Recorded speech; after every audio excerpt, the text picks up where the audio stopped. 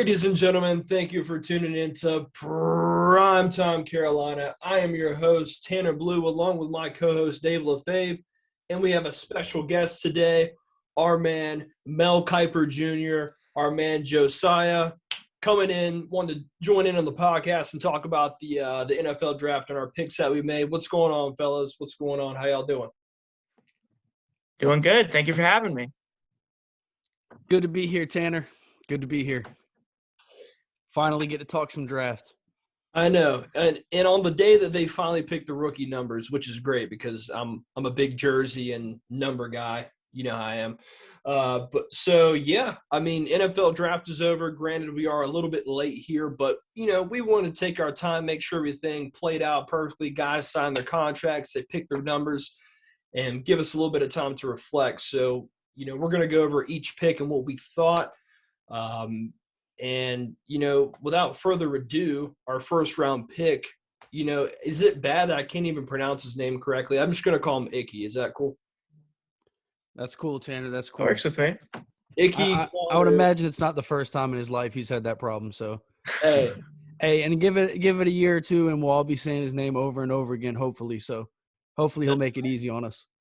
So if you're a Panthers fan and you've listened to our show, if you've listened to any Panthers draft talk in general, everyone knows for the past decade the Panthers have needed help at left tackle. And by God, they finally got one right, it looks like. They go with Iquanu with the 6th pick in the draft.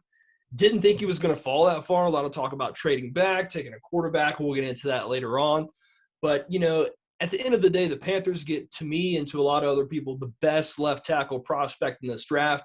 He's ready now, and he's got room to improve and even more potential. And this guy's got all the tools to be a franchise left tackle for the next 10 years. He's a great run blocker. He's got to work on his pass blocking a little bit, but he grew up in Charlotte. He's a Panthers fan. He went to NC State in North Carolina. It's a home run pick. Panthers get an A+ from me on this. They did the right thing here. Oh, yeah. The Panthers nailed this pick. Actually, interesting fact. Do you know the last time the Panthers drafted a tackle in the first round? Jeff Otah. You stole it from me. I was going to say it. Jeff Otah, 2008. It's been almost 15 years since we've had a first-round pick tackle. We've needed this position since Jordan Gross left in, I think, 2013, I want to say. This is so vital. This is the reason we lost the Super Bowl, or a big reason, because Von Miller and Marcus Ware just tore up our offensive tackles. And it finally looks like we've brought the chosen one home. You know what I mean? Like, we finally went out and got our guy that we can really define our future around this player. Yeah, absolutely. And I think you guys kind of touched on it a little bit, but it was just shocking to see him fall as far as he did. Most people saw him as a top 3 pick, and certainly not the tackle that would fall to us. If, a tackle was to fall to us, it looked like it was probably going to be either Evan Neal or Charles Cross. But the way Iquanu's stock was rising before the draft, it seemed like he would certainly be at least a top 5 pick, and we were fortunate enough to grab him with our pick. So, it's a home run pick for the Panthers. You guys said it, and I feel like the entire fan base feels the same way about it. Just thrilled to have him. Position of need, super talented player, bully, in the run game. There's not enough you can say. You can't say enough good things about this guy. Yeah, absolutely. And there was a lot of talk about Carolina trading back, which, when you get a guy like this, I was like, man, they cannot mess this up. You've got 3 guys there that you can take at the left tackle. But once Stingley went at number 3, I was like, okay, we're going to have a chance at a tackle for sure. And I didn't think it was going to be him, and we just got an absolute steal. Guy, he's a smart kid. He's got a good motor. He's – the only thing that's going to stop this kid from being any good is if he doesn't want to be. So I have no doubts about this pick. He's going to be a great piece. No matter who ends up behind center starting next season, that's to be determined. But at the end of the day, our offensive line went from absolute trash to looking pretty good on paper at least. Looking at the rest of the offensive line, we've got – I think the only position we're really lacking is that left guard position, which Brady Christensen or Deontay Brown or whoever we bring in are going to compete for that spot. So offensive line is looking good. In this Iquanu pick, they didn't do the stupid thing. They didn't trade back. They didn't take a quarterback. They stayed right where they were, and they got the best player available for sure. Yeah, it's amazing what they've done to this offensive line this offseason. Going into last year, they signed a couple free agents, in Cam Irving and Elfing, and they checked the boxes. But even going to the season, it was like, I don't feel comfortable with this situation at all. And then it turned out to just be a glaring weakness on our team. So for them to come in and do what they did this offseason to fix things up has been just awesome, and it's everything Panthers fans could have hoped for. And Tanner, I don't know if this will segue us into the second player on the board or the second player on the list there, but it's fascinating to me that the Panthers were in this situation where they could have traded back. If they traded back and acquired another pick, and got a guy like Charles Cross or whatever, if they didn't get their first pick at tackle, we would have been thrilled for them to get a chance to get a tackle and then draft a guy like Matt Corral with a acquired pick. So it's just so crazy how things worked out where we got the top tackle on our board, waited and waited and waited without trading back, and then the quarterback just happened to fall to a point where we could just trade a future pick and get, they say the guy they wanted. They're always going to say that. Who knows if it was really the guy they wanted, but it's pretty cool how things worked out for us. Yeah, absolutely. And then Josiah, I know Dave was telling me you kind of sent some draft reports and a little bit of scouting. What is it about Iquanu that, makes you think that this is a great pick for the next 10, 15 years? Iquanu is so powerful. I mean, especially in run blocking, this guy is unmatched. I've seen him take 300-pound men and throw them on their backs like they were rag dolls. He's insane. But he also has incredible versatility and athleticism. I mean, you can see him kick out to the side to keep up with even the fastest edge defenders throughout the years. This guy is special. He just has that it factor. That's something that you see it every single time you watch his tape. Even when he makes a mistake, you can tell there's something he did to mitigate that loss. Like he's smart, he's strong, he's athletic, he's the complete package, and it would be tough to be bad almost in his position. It's hard for the Panthers to look back at this pick and it be a problem for the future. And another thing I had heard, which seems ridiculous to me, I hope this does not happen. I've heard a lot of people say he's got to work on his pass blocking a little bit. So if you really want to try to maximize his talent, you slot him over to guard. I'm like, no, we did not take this guy to put him at guard. We took this guy to keep him as a left tackle. And I've heard rumblings of that. I doubt that's going to happen. That's just something that kind of threw me off. I don't know if anyone else heard that or. Well, and I know that the left guard situation has been a bit of a problem for the Panthers, but Bradley Bozeman, who we got in free agency, can play center or left guard. So we could even keep somebody like Elfine at center if we liked him better than Brady Christensen at left guard. True. Yeah, I've heard a little bit of that too, Tanner. And I understand what people are saying when they bring that up, but I think you're going to find a hard time getting people to agree with, that idea that we should draft the guy number 6 and then put him at left guard when he shows all the ability to play left tackle in the world. He's got all this talent and big, huge body. It's funny that Josiah, you brought up Jeff Otah, because in a lot of ways, physically, he's similar to Jeff Otah. Jeff Otah was a real physical run blocker as well, and that's why he was such a good pairing with Jordan Gross. Now, obviously, Jeff Otah didn't have a great work ethic and had some injuries and, eventually found himself out of the league. But before all of that started to unravel for him, he showed a lot of promise as a young player, especially his rookie year. So, those physical tools are similar. He's like you said, very athletic, quick, very strong, very physical in the run game. But I think the difference here with Iquanu is just he shows that he has that work ethic and he has that want, that will to be great. And I think that was, Jeff Oatsall didn't really have that. And I could be wrong here because this has been so long. Wasn't Jeff Oatsall actually really good his rookie year, and then it was just a complete right? And that's what I'm saying. Dive after that. When we first drafted him, he was great, but I think he got some injuries. Yeah. It came down to, was he willing to put in the work to come back from those injuries? That's what ultimately led to his downfall, if I recall correctly. Gotcha. He's got Kelvin Benjamin disease. Yeah. So a lot of those later first round picks do, and that's why they end up in the later part of the first round instead of the top. Unfortunately. So yeah, I think we all agree. Fantastic pick, Panthers. They stay where they're at. They get what they need. Oh, you want to grade it? Should we grade it while we're here?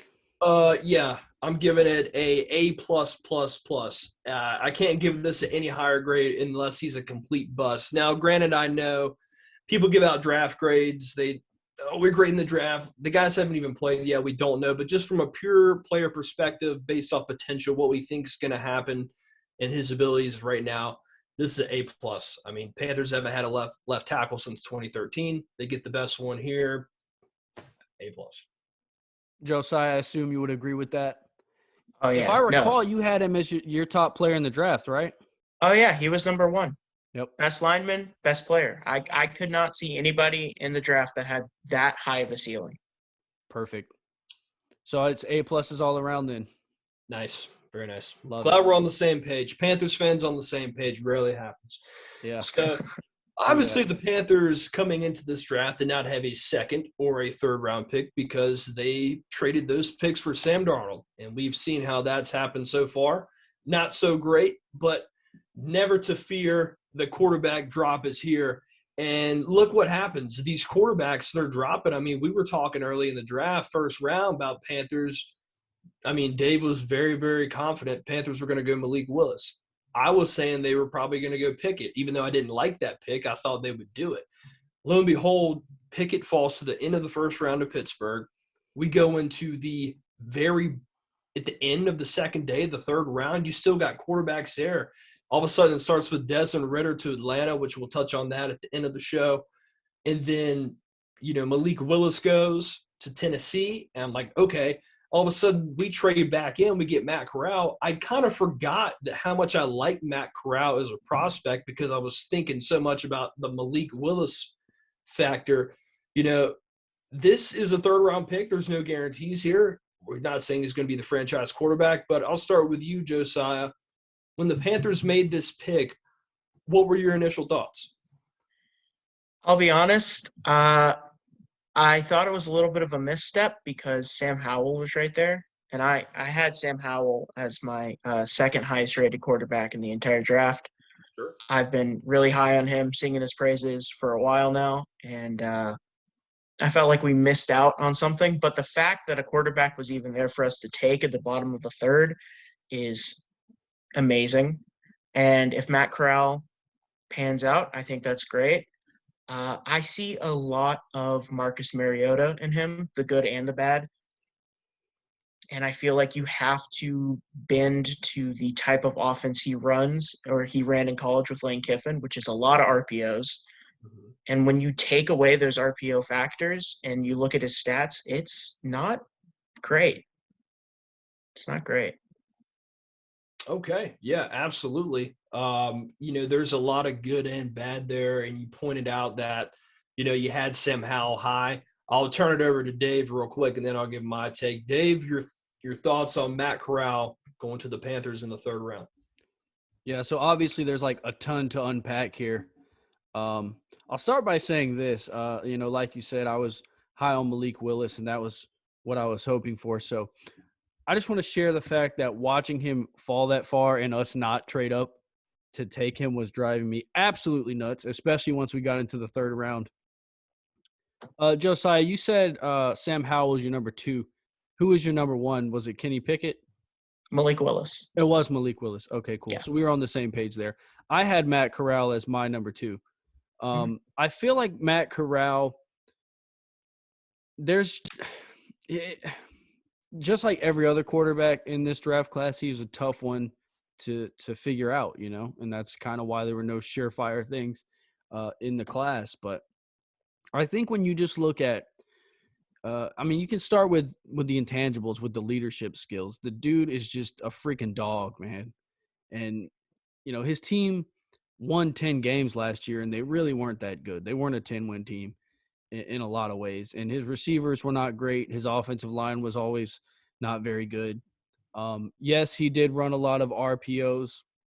But it's kind of with him and Malik Willis, I kind of saw it the same way. I don't think it's fair to knock a guy for running the offense he's put in, if that makes sense. As far as the numbers you're talking about, I haven't seen those numbers, and I'm sure they are bad. But at the same time, like I said, he wasn't surrounded with a ton of talent. But from what I saw, he wasn't always perfect. So I'm not going to sit here and act like he was. He did make mistakes sometimes, but I also think he did a good job of A, leading the team, and B, putting his team in good positions, even when there weren't a lot of opportunities to make good things happen. I feel like he still found a way to do it. And I think that's all you can hope for, with a quarterback, especially if you're talking in the third round. But, he can spin that damn rock, man. He's got an arm. He's got the feet. He can make plays on his feet. He's got a lightning fast release. There weren't a lot of deeper intermediate routes in his game that I saw, but from what he did with the RPOs, he fit a lot of balls into tight windows. So that was good to see. And, honestly, when I watch him play, there are as far as his release, as quick as his release is, and his ability to move around, make throws from, bad platforms and weird angles, I saw a lot of Aaron Rodgers-y stuff. Now, I'm not saying he's going to be Aaron Rodgers, but I saw some Aaron Rodgers is quite the comp. I saw some Aaron Rodgers-y stuff. And I also think there's a little bit of Tony Romo-ish stuff in there too, as far as, keeping plays alive and things of that nature. But it's very difficult to get a read on the guy when, like you said, he runs the RPO offense. It's really just one read. And it was the same thing, like I said, with Malik Willis. It was one read and tuck the ball. That was really all they were asked to do. And when he tucked the ball, he ran hard, which is probably going to get him killed in the NFL. But you like to see that from a leader. So, was he perfect all the time? No, but there were a lot of good things that I saw as far as a guy you're taking in the third round. So, personally, I'm hopeful. My favorite thing about this kid is that he beat up Wayne Gretzky's son in high school. And to me, that means he's an absolute dog, and I love it. But in all seriousness, I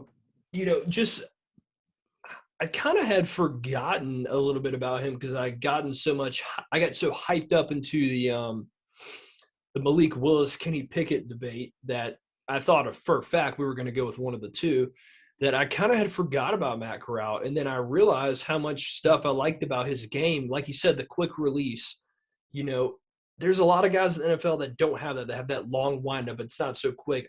That's a good attribute to have. He's quick with his feet and with his hips. He can turn and make throws. He's got a deep ball. It's not the deepest ball, the most accurate, but he can do it. With the RPOs, like you said, not necessarily a pro-style offense, but he has played in the SEC for a couple of years. He's playing against some pretty good talent. He hasn't had the most talent around him. But at the end of the day, my thing is that the Panthers got a guy that could be hit or miss in the third round, and to me, that's okay. And like Josiah said, hey, I'm a big Tar Heels guy. I wanted Sam Howell really bad. I did, and I talked about that with Dave. Yep. And once he started sliding, I started to get the itch. I was like, Sam Howell is going to come to Carolina. It's going to be great. You texted me on draft night about Sam Howell.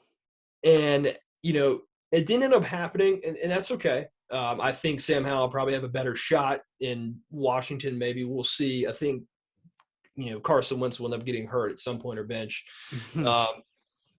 But there's some things I like about both of them. The only thing that I would say that I like more about Matt Corral than Sam Howell is, and this isn't necessarily a skill set thing, but he just seems to have that more of that it in that dog in that, like, I want to win factor, where Sam Howell's a little bit more relaxed, pressed off, and he just kind of lets the game come to him. And I feel like with Carolina right now, they need someone that's going to come in and be like, hey, step aside. Like, let me show you how it's done. Like, this is going to be my team. Right. And this could pan out. It could not pan out. I have no idea. I like both guys. I hope they do well. But, we'll see. My next question really is, and, we don't know this, is let's say Matt Corral has a pretty good camp and he shows some signs in the preseason. Is he competing for that starting job, or is it Sam Darnold's going to start? Ooh. What do you think, Josiah? I think he's in the running if he has good camp, just because of how desperate Matt Rule has to be to keep his job. Whether 100%. Whether Matt Corral is ready or not, which that's what I'm more worried about. I'm not worried that he'll be ready or not. I'm worried that whether he is or not, he'll be pushed into the starting position by other people who are trying to keep their jobs.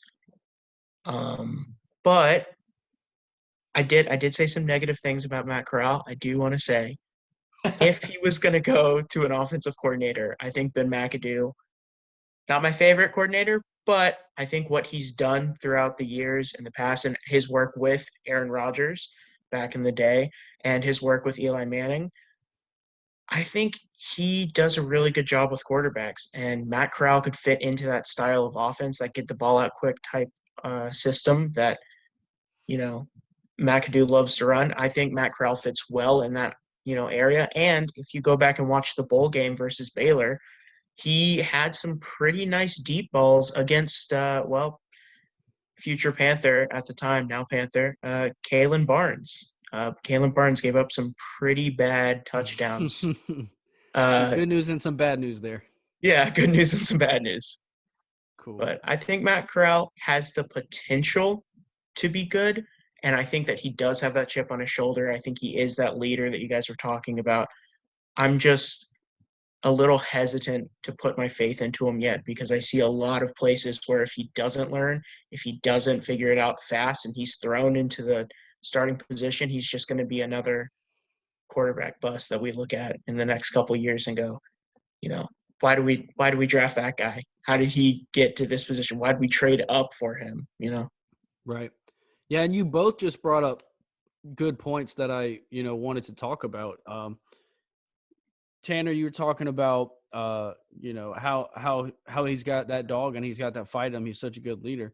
How many times over the past 2 years have we watched Sam Darnold or Teddy Bridgewater just roll over and die when things got tough?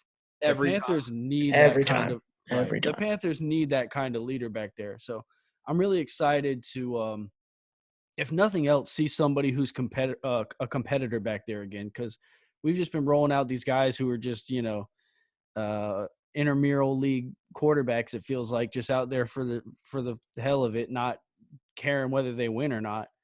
And then also, Josiah, you brought up Ben Mcadoo. That's a great point. Ben Mcadoo has a real good history with quarterbacks. Usually he's got a good eye.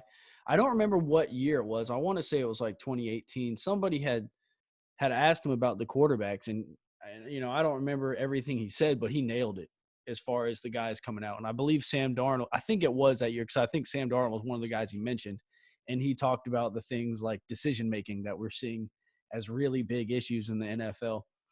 And then also Chris Sims. I don't know if you guys, how familiar you are with Chris Sims, but he's one of the few analysts whose opinions I trust, especially when it comes to quarterbacks. And he had Matt Corral ranked as his number one quarterback.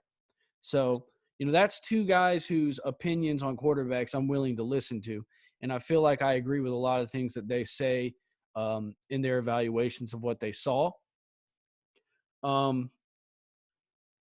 just lost my train of thought. I had one more thing too, but yeah, I'm excited, man. we're always when you're talking about young quarterbacks and you're talking about that's what it was, coaches trying to keep their jobs. They're trying to sell hope. So there is a good chance that Matt Corral could end up in there. Trying to give David Tepper a reason to keep Matt Rule around. Matt Rule could be looking to create opportunities for the young quarterback so he can say, yeah, man, I need to develop him for a couple more years and you're going to have a star on your hands. So. Yeah, and then lastly, I just kind of want to touch on what Josiah said. I do worry a little bit about, and then we talked about this pre-draft as well, is about the Panthers pushing certain things because it's like you got two different types of teams. You've got a team that's young that needs to develop, and then a coach and a staff that needs to win now, and they don't necessarily have the pieces to do that yet.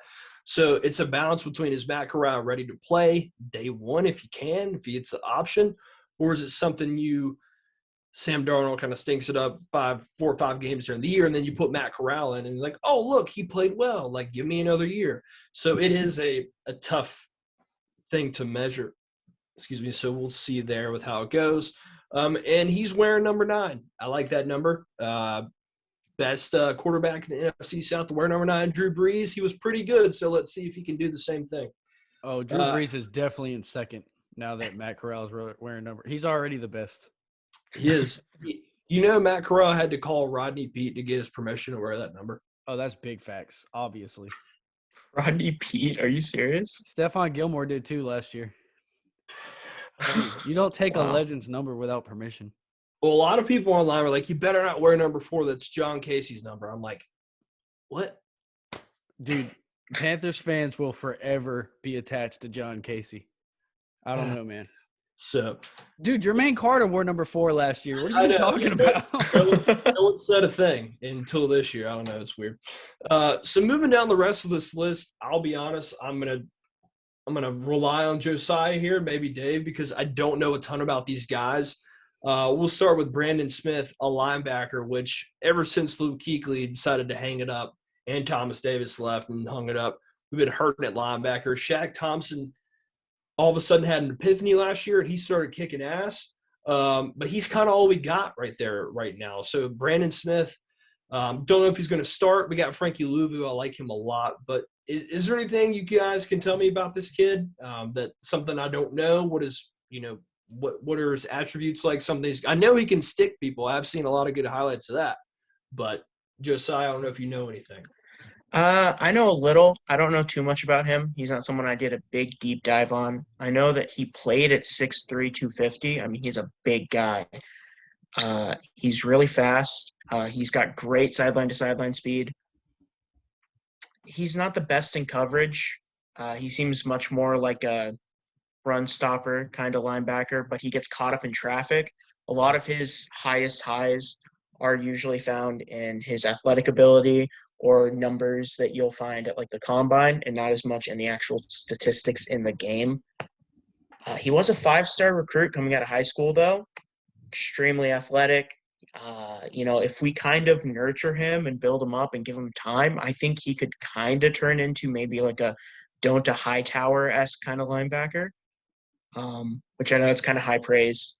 I'm not saying he's that now for sure, but I think he has that ability. As of right now, I don't think I could see him starting. And in all honesty, the position that I feel like he's going to end up playing in the NFL is currently being played by Shaq Thompson for the Panthers. So this seems much more like a long-term play than a right now type of play. Sure. Okay.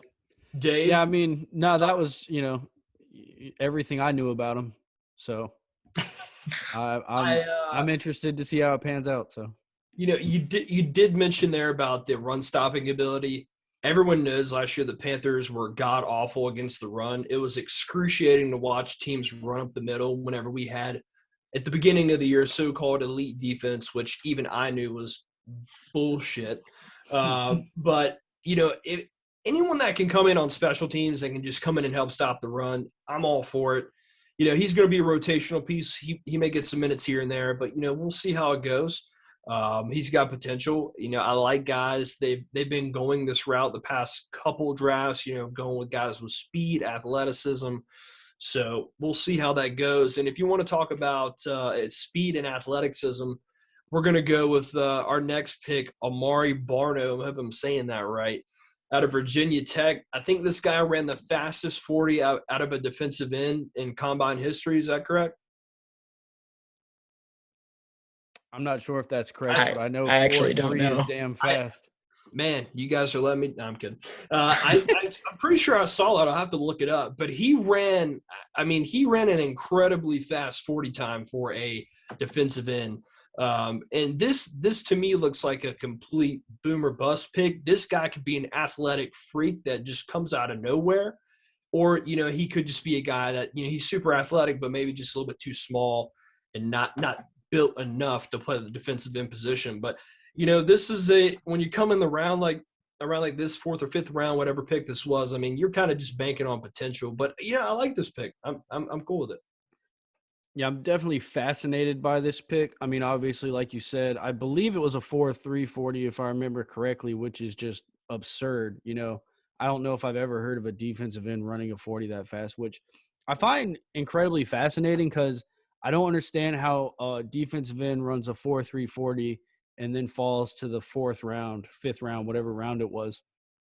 Especially when you see like Trayvon Walker, his combine performance is what propelled him into the number one pick in the draft. Then this guy runs a 4.3 and he's getting picked on day 3. So that really confuses me. I don't understand like what these guys get so excited about or what makes, why they would care so much about Trayvon Walker's combine, but not Amari Barno's combine. I watched a lot of Georgia football last year and, I wouldn't have picked Trayvon Walker as maybe even a top 5 player on that defense last year. So to me, that was crazy. And the fact that a guy like this who's running a 4.3 40 falls all the way to, day 3, I just can't fathom. Yeah. Amari Barno is a weird player. He's 6'6", 245, but he's so lean. Like, he's a lean 245. And so as soon as any offensive lineman gets his hands on him, he can't do anything. He almost works better as a 3-4 linebacker or maybe even an off-ball linebacker because as soon as he runs into any contact, he can't do much. There's a couple highlights here and there where he'll enact like a spin move of some sort, but they're so few and far between.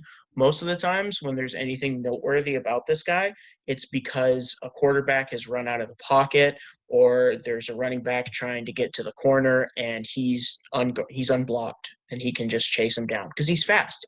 As you guys said, 4.3 40, blazing speed.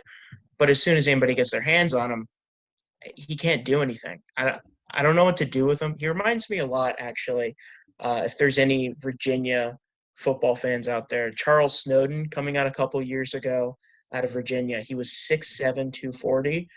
I loved this guy because he played like an overhang safety linebacker, like hybrid defender. But he was 6'7". The guy was massive. And so they listed him as an edge, but he really can't play edge. I don't even know if he made it in the league because he just doesn't fit well. And I feel like Amari Barno is in that same situation where he's too small to be a true edge and he's not physical enough, but he's too big for him to really get low and lower the shoulder and get that that leverage you need from like an inside linebacker. I don't know what to do with him. He sounds to me and looks to me like a Brian Burns clone because Brian Burns is very tall, lanky, fast, has trouble getting off, tackles whenever he's trying to bull rush or get through the middle, but he's got an amazing spin move and crazy speed. Not saying he's going to be that guy, but he could certainly be a guy that he could look up to and to help get better. I think they're definitely going to add some weight to him. If they can get anything out of this guy just to be a third down guy that can come in, make a quick spin move, and while we're sending like a all-out blitz, I could be okay with that. I'm not expecting much. Like you said, he has trouble getting through blocks just because he's so tall and lean and fast. At the same time, it could work to his advantage where he could get past guys so quick they don't have time to get to him. So we'll see how it goes. If he can come in and just be a little bit of a spark plug here and there on the defensive rotation this year, I could be down for it. Or if he's a good special teams player, people underrate this so many times, you can get a guy to come in there and get down the field and make a tackle on special teams. That's going to get everybody fired up, and that's going to help your field position. So I could be down with that. Ron Rivera had Brian Burns playing gunner, so I'm thinking we could probably do the same thing with Amari Barno here. That's what I was about to say. Hell, 4-3, throw him a gunner. Yeah, absolutely. Yeah. Tanner, what you had touched on there was kind of what I was thinking as well. In the past, we've talked a lot about how Phil Snow doesn't always put guys into boxes when it comes to positions. He kind of looks for guys he can use as chess pieces. And I think Amari Barno, because he has that type of speed, maybe he's a guy you can bring in on, third downs, like you said, in certain blitz packages. And if you want to create, a guy coming, from the backside with a free rush at the quarterback, trying to get some other guys to eat up some blockers and get somebody else with a free run at a quarterback. Well, who better to have a free run at a quarterback than a guy who runs a 4-3? So if they can create some situations like that, he could come in and be a contributor in certain situations on defense. And I think, that would be awesome. Yeah. I mean, I agree 100%. He's certainly got the potential. Let's see if our elite coaching staff can come up with creative ways to use him. So we will see how that goes. Next pick on the board, Kade Mays. Any pick that's on the offensive line, I don't care if it's a freaking rock that can't move. I'm all about it. This guy, I talked to Dave a little bit earlier today. I didn't know this. At this point in the draft, I was just keeping up with it on my phone. I wasn't really tuning in and looking super in depth. He was a starter at Georgia. Is that right? Yeah, he played at Georgia? Okay. So he transferred last year, I think, to play with his brother or something like that at Tennessee. Okay. But so solid lineman, just Andrew Norwell was an undrafted lineman, interior lineman, solid player. At this point, the guy's an interior lineman. That's certainly a spot where there's going to be a competition for that left guard spot. And, at the end of the day, if you can get a guy late in the round that can just be a rotational piece and just be there in case of injury, he might turn out to be something. He might not. But I like the potential. I mean, like I said, any pick that's on the offensive line that's just a guard, I feel like it's really hard to get guard picks wrong. I mean, there's certain things they have that they just want to maul people, and I feel like this could be a good pick. So we'll see if he's going to play it all this year. Maybe he won't. Maybe he will. But like I said, any pick that's on the offensive line, considering how bad our offensive line was last year. What do I know? I mean, sure, stick the guy in there and just let him battle it out, see what can happen. Yeah, certainly could be a dark horse, for that left guard spot. We'll see how it plays out. Josiah, what do you think of this guy? I was just going to say, he is a great pulling guard, and he's an incredibly good run blocker. If anything that Matt Rule said last year is true about wanting to run 30, 35 times a game, this will definitely help. Yeah, and I would expect that to be the case, going into this year. The way they've rebuilt this offensive line and Iquanu as well, excuse me. Great run blocker, Ben Mcadoo has a history of running the ball and pulling it with the play action game. So I'm expecting to see a lot of running the football and a lot of play action, which is a situation that young rookie quarterback might do well in. Mike Corral, see what happens. Hey, I'm all about it. I'm all about running the football a lot as long as Christian McCaffrey isn't touching it every time so he doesn't die in the second game of the year, because I don't think I can go another season with that happening. Hey, guys are good. They've definitely got some guys that can run block. So running the football this year should not be an issue as long as we don't get stuck with them putting 8 men in the box and knowing that we're going to run the football. So we'll see. Last but not least, Caitlyn Barnes, who Josiah said earlier was his favorite player in the draft when he talked about Matt Corral. I don't know anything about this guy other than the fact he's from Baylor, and Matt Rule is from Baylor, so therefore he's going to pick a guy from Baylor. Yeah, he's an ex-track star. He was like a huge track star in high school, and that's kind of what's helped his career so far. He ran the second fastest combine of anybody in NFL history with a 4.23, which is insane. I mean, that's insane speed. But he kind of leans on his speed like a crutch. He just lets people blow past him, and then he knows he's fast enough to catch up, but sometimes he's just not quick enough to understand to go. He kind of reminds me, if you took all the bad parts of Dante Jackson and just kind of cloned them into one person, I feel like you would get Caitlyn Barnes, which is probably why he fell to the 7th round, to be honest. I gotta be honest, that sounds terrible to me. Yeah, Well, I'm not a fortunately, fan. the Panthers are good at corner right now. They're pretty deep at corner, and they've also got a lot of young talent at corner. So I wouldn't imagine Caitlyn Barnes is going to get too many opportunities in coverage anyway. I would, if nothing else, these day 3 picks are going to be good or have a shot to be good contributors on special teams for the Panthers. And we all know how abysmal that has been at times for the Panthers. So, like I said, and this is just in a perfect world, obviously, I don't know anything, but in a perfect world, you get this kid who's laser fast. You get Barno, who's laser fast. Not saying that these guys are going to make the team. They might be practice squad guys at the worst, but that cornerback, that secondary, that's a tough group, and it's been a long time since the Panthers have had competition like that in the secondary. So to even say that, it's crazy. This guy, I doubt if he makes a team, he's going to be playing a lot, coverage in game. But if he does make this team, he's quick enough. He can get down the field and try to make a tackle on special teams. Put him at gunner. See what the kid can do. Let's see if he can use that speed to his ability and to help us out in certain situations. Other than that, that's really all I know. And then we've got our list. I'm assuming these are our undrafted free agents that we signed. The only guy that I really saw, and like I said, I don't know anything about these kids. I just saw people online getting a little excited about the tight end from North Dakota State, Josh Babzik, if I'm saying that right.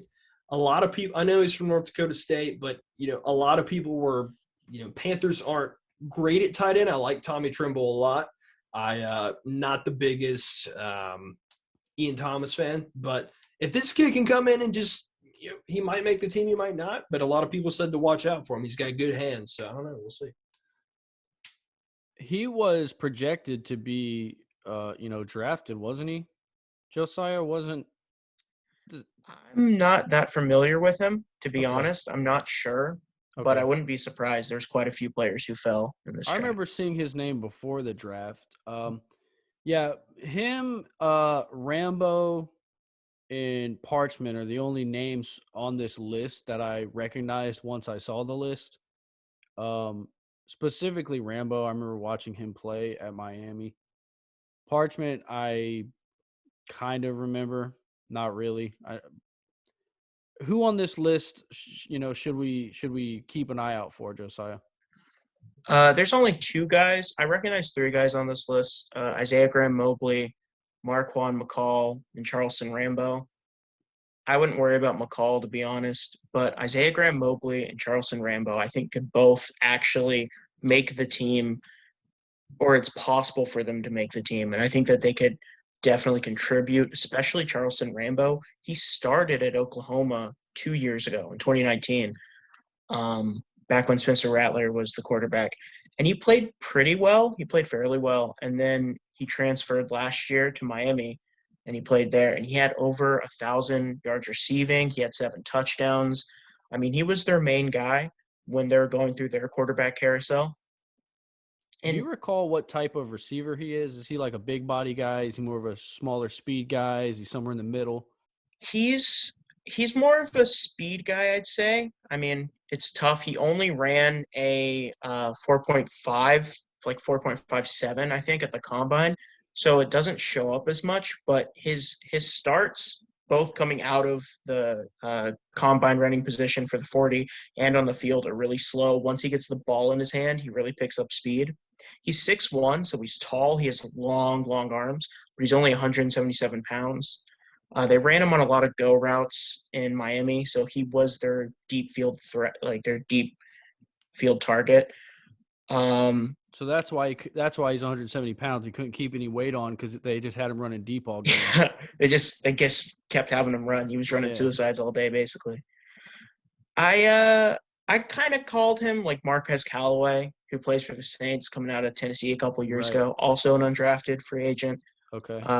Callaway was able to put up 700 yards receiving and a couple touchdowns last year.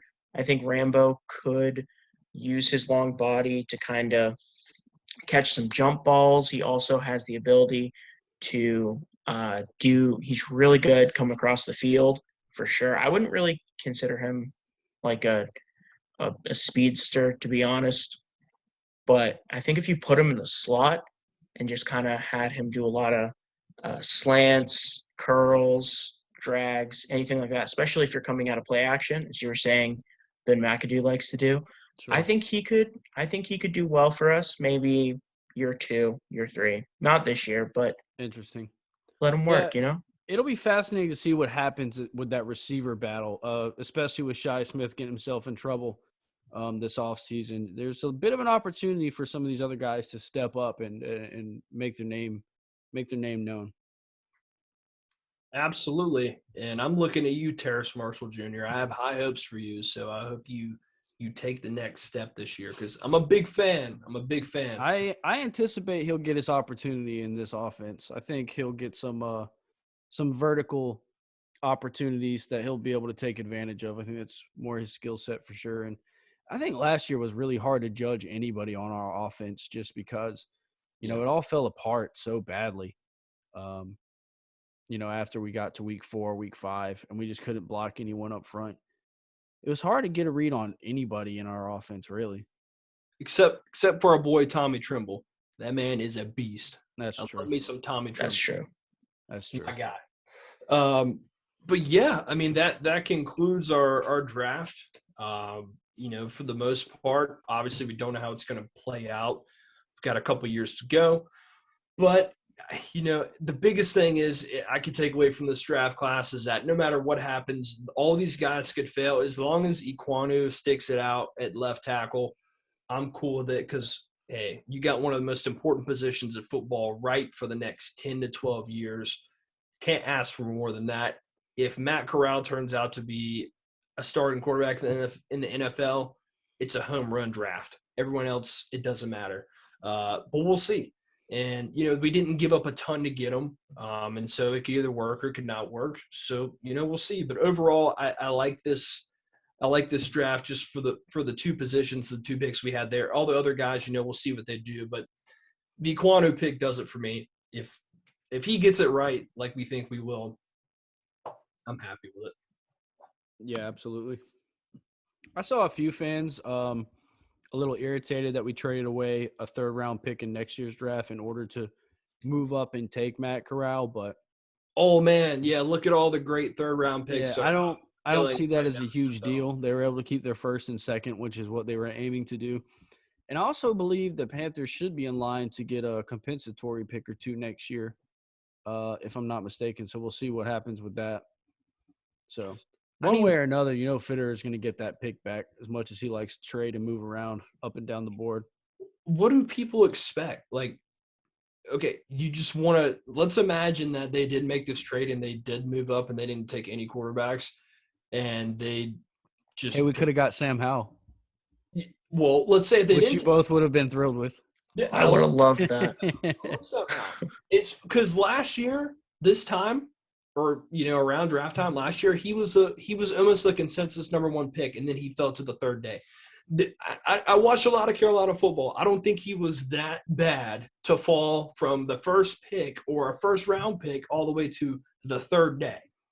That's a big jump. Go ahead. I was just going to say, and I feel like people forget last year because as you said, last year he was considered like possibly consensus number one if he came out. In that draft that he could have come out in, he lost his number one receiver in Amari Barno. He lost both of his starting halfbacks. I mean, the guy had no help. You want to talk about Matt Corral having no help? Sam Howell had no one last year. No one. Well, I think the argument could be made, and I'm not trying to make the argument against you, but I'm just saying I think the argument could be made that Matt Corral elevated the lack of talent that he was surrounded with, and Sam Howell didn't. I think that argument could be made. But what I wanted to say was what you wanted to say is you're just an ECU fan. Hey, not just, all right? Put some respect. Go Pirates, baby. Purple, gold. First, you made me lose my train of thought again. Man. It was important. Talking about raising the level of play. It was so important. It had to do with Matt Corral. And it was important. It was I know what I was going to say. We got Matt Corral in the third round, and many people, before the draft had talked about him sneaking in the back end of the first round and going, in the 20 range. So my thing, and I got on the Sam Howell tangent before I said this. Let's just say the Panthers went into this season and they didn't do anything. They just rolled with Sam Darnold. Fans would be pissed. So the fact that they want to complain because we gave up next year's third-round pick for a guy that, we'll see what happens. People are going to be intrigued this year because we have a quarterback, because we have a guy that maybe not, could do something. And we've heard the Baker Mayfield stuff. It's still talked about now.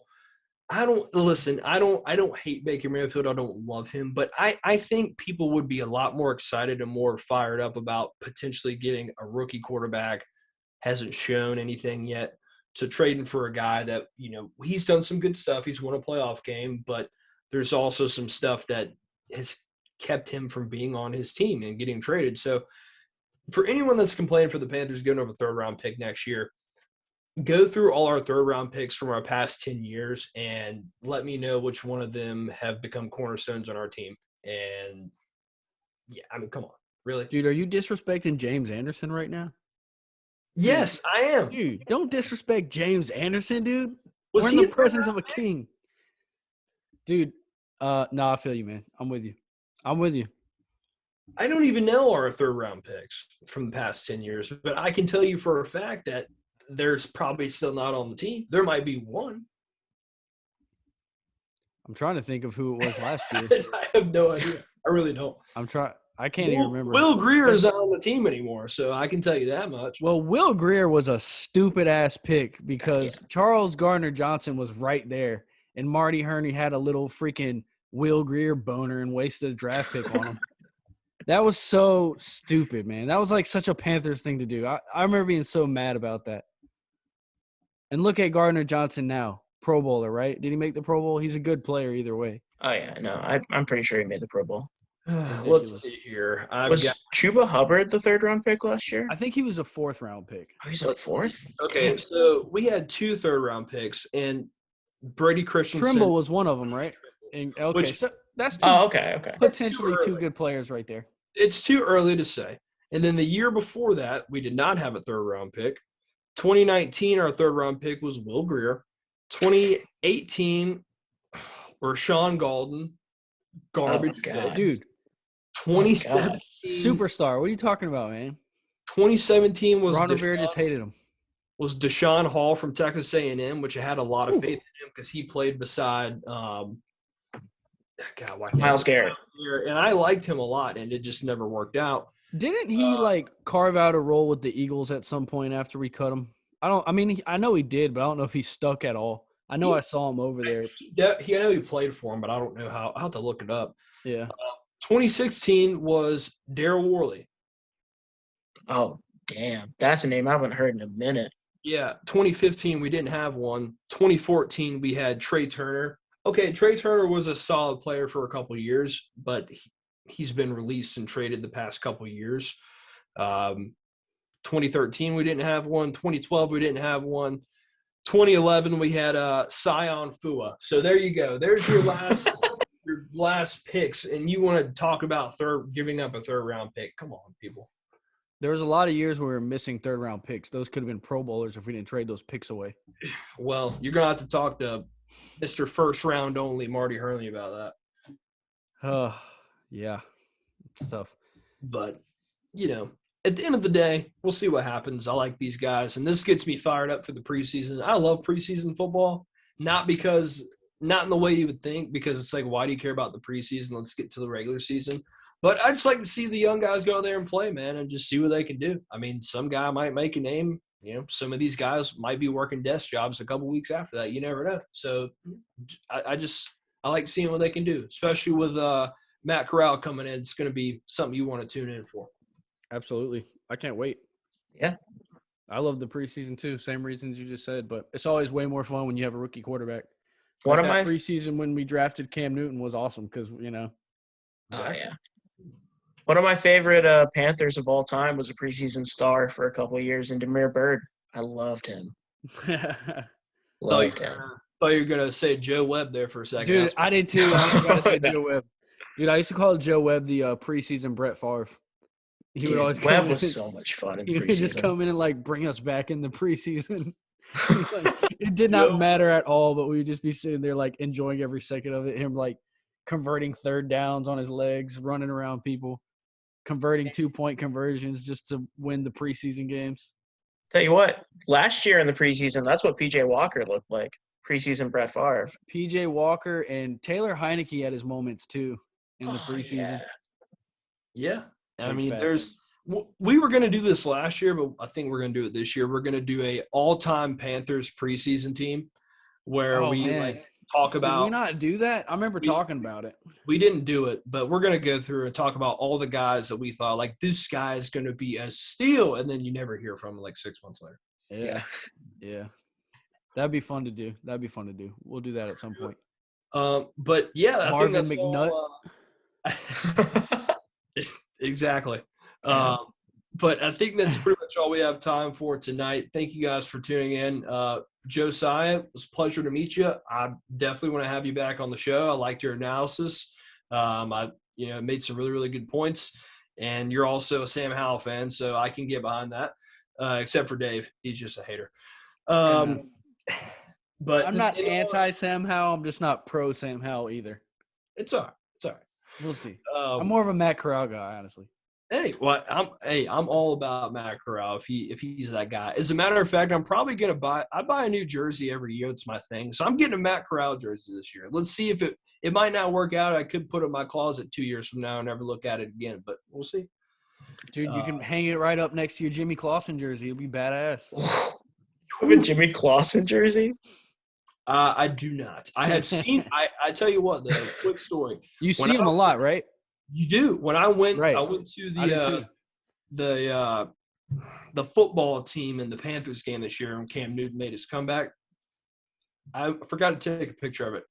Guy was there on the guardrail, up higher we were sitting, had a Jimmy Clausen jersey on. I was like, this has got to be a joke. You had to wear this saying this is so bad it's going to be funny. Dude, just rolling up to the game with a Jimmy Clausen, Chris Winkie, Matt Moore jerseys. I used to love Matt Moore back in the day. I won't take any Matt Moore hate. That was my dog. 2009, I thought for sure Matt Moore was our next franchise quarterback. For sure. When he came in and went 4-0 at the end of that season, when Jake Delhomme went out, I thought for sure he was the future. That was a fun run. I did love some Matt Moore. And then I won't lie to you. My first game I ever went to was 2003, the year we made the Super Bowl. I was 5 years old. I barely remember anything. But I do remember that my dad did buy me a Chris Winkie jersey. That is a fact. So. Damn. So you still talk to your dad or No, not after that day. That was smart. That was it. Thank you guys so much for tuning in. Josiah, I don't know if you have a page on Instagram or Twitter, if you got something you want to plug real quick, get people to check you out or. I got a Twitter, it's at Delta Blitz 38. If you want to go check it out. And cool. Josiah, I'll also put your draft report in the YouTube description as well, so people can check that out. If you're All right, not a cool. Panthers fan and you want to see what Josiah thought about the guys your team drafted, you could click on that.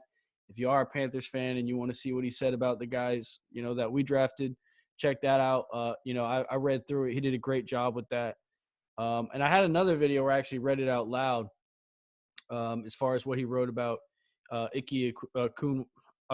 Sorry. It's going to take me some time to get that name down. It's a name. It's a mouthful. Yeah. I always think I have it, and then I go to say it and realize I don't have it. I always thought it was Iquanu, but then I heard somebody say it's Iquanu, and now I don't know. Yeah, it's tough. It's tough. Yeah. Wasn't there a guy that used to do this thing called the Icky Shuffle or something? Yeah, man. Oh yeah, Icky Woods, Cincinnati running back. Yeah. So there we go. I'm gonna just call him Icky, and he's gonna do the Icky Shuffle when he just runs over people this year. Yeah. It's gonna be great. The fumble Ruski, let him get a touchdown. Hey, Oh, we got sir. Biaka Batuka down, so I think we can get this at some point. That's right. So thank you guys so much for tuning in. It's been Primetime Carolina once again. We will see you guys soon. And Josiah, thank you for tuning in. Dave, thank you for doing your thing. We will see you guys soon. Peace. Peace out, guys. See ya.